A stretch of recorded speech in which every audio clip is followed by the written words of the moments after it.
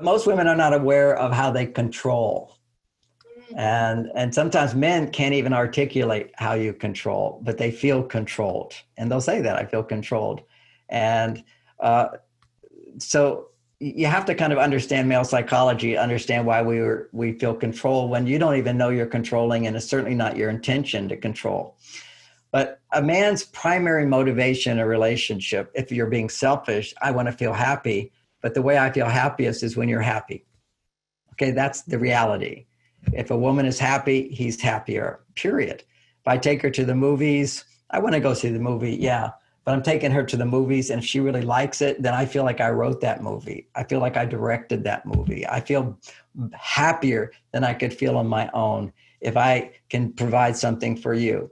And you just don't have that experience, women. You know, I could have a really burnout trip going somewhere around the world teaching classes, playing, things don't work out well with the flights and maybe the audience or whatever. Some bad things happen. I'm all stressed out, feeling kind of down. If I come home, my wife is happy, all that washes away. But if I go out and have a great time, having happy, and my wife's having a hard time, oh, the toilets overflow, you weren't here, the kids got sick, I couldn't get in touch with you. She could go out, big long list of frustrations. And I come home and she's feeling that way. And I said, oh, I just met so-and-so, this movie star. I stayed at the best hotel. It was fantastic. I got standing ovations. And she can see I'm on top of the world. She's going to become even more upset. Yeah, you have all the fun. You have the good stuff. You're not designed to find your happiness through a man's happiness. You're designed to find your happiness through the support a man can give you in relationships. You're also designed to find happiness on your own, with your children, with nature, with God, with education, with service, making money. All these things are designed. But when it comes to a man, your primary source of happiness from him is what he can do for you, period. It's not what you can do for him. Don't get lost into that. That's your mothering energy.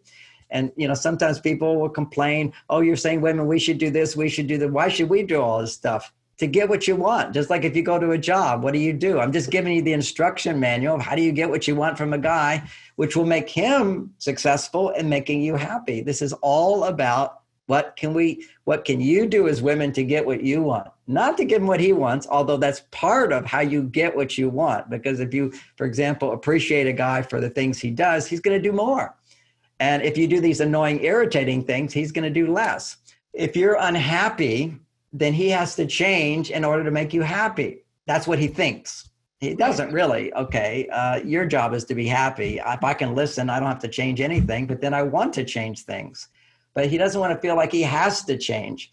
But if you're unhappy based upon something he did, and your happiness is dependent upon him changing, then I now have to change if I want to have a happy wife. And if I don't have a happy wife, then I'm not going to be happy. That's why men feel controlled. So it's a little understanding of the control issue